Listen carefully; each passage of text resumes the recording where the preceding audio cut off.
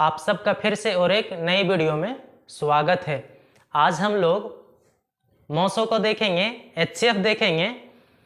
इससे पिछले वाली वीडियो में हमने एलसीएम को कंप्लीट कर लिया है। अगर आप ना देखे हो तो प्ले लिस्ट में जाके उसे आप देख लीजिए। चलिए शुरू करते हैं। आज हम लोग एचसीएफ को देखेंगे।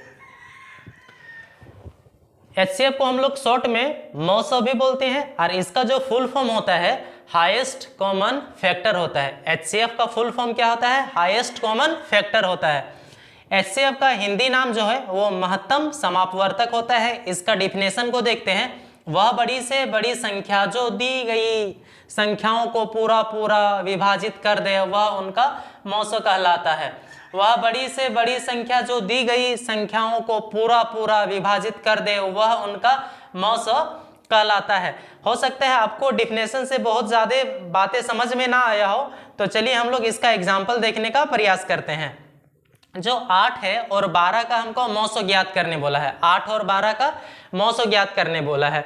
तो देखिए जो 8 और 12 का मौसो वह बड़ी से बड़ी संख्या होगा जो इस दोनों को पूरा पूरी भाग लगा दे, और बड़ी से बड़ी संख्या होना चाहिए। डिफिनेशन यही कहता है कि वह बड़ी से बड़ी संख्या जो दी गई संख्या को पूरा पूरा विभाजित कर दे, तो वही ना उसका मौसो कहलाएगा। तो 8 और 12 का जो मौसो होगा, देखते हैं जो 8 और 12 का मौसो में कौन कौन सा ऐसा नंबर होगा जो ये दोनों को विभाजित कर देगा। तो सबसे पहले देख लीजिए कि 2 होगा, क्योंकि 2 है वो 8 को भी विभाजित कर देगा और 12 को भी विभाजित कर देगा, भाग लगा देगा। 4 भी 8 को विभाजित कर देगा और 12 को विभाजित कर देगा। इसका मतलब क्या? इस दोनों का एचसीएफ ये होगा क्या? ये दोनों होगा? नहीं, ये दोनों नहीं होगा। हम लोग क्या देखें कि जो बड़ी से बड़ी संख्या होगा और भाग लगाने वाला होगा, जो दिया हुआ संख्या रहेगा उसको क्या कर दे? भाग लगा दे।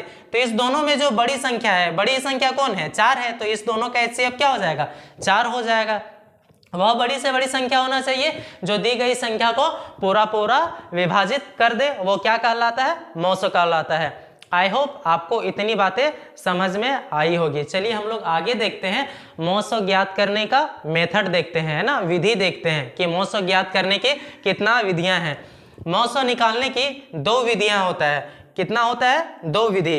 पहला जो होता है वो अभाज्य गुणनखंड विधि होता है और जो दूसरा होता है वो भाग विधि होता है। हम लोग मौसो जो है वो 2 मेथड से निकाल सकते हैं। पहला अभाज्य गुणनखंड विधि से और दूसरा हम लोग भाग विधि से निकाल सकते हैं। इससे अगले वाले वीडियो में इस दोनों से हम लोग इससे रिलेटेड सवाल को देखेंगे। नीचे एक की पॉइंट छुपा हुआ है, इसको देखते हैं। 2 के पावर 6 ये सवाल है। 2 के पावर 6, 2 के पावर 12 और 2 के पावर 19 का लसा क्या होगा?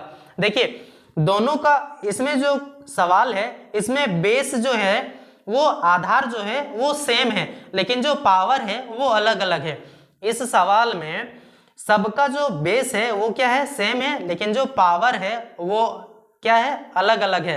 तो इसके लिए एक ट्रिक होता है। देखिए जब बेस आधार जब समान रहे और घात असमान रहे, आधार समान है सबका और घात क्या है? असमान है। एलसीएम जो होगा इसका अधिकतम घात वाली संख्या होगी। इसका जो एलसीएम होगा वो क्या होगा? अधिकतम घात वाली जो संख्या है वही इसका क्या होगा? एलसीएम होगा। तो अधिकतम घात किसका है? 2 के पावर 19। तो जो इसका एलसीएम हो जाएगा वो क्या हो जाएगा? 2 के पावर 19। हम लोग जानते हैं कि जिसका आधार समान हो और पावर क्या हो? अलग अलग हो, तो जिसका अधिकतम पावर होगा वही क्या कहलाएगा? हमारा एलसीएम कहलाएगा। आई होप इतनी बातें आपको समझ में आया होगा। तो अगले वीडियो में हम लोग फिर मिलते हैं।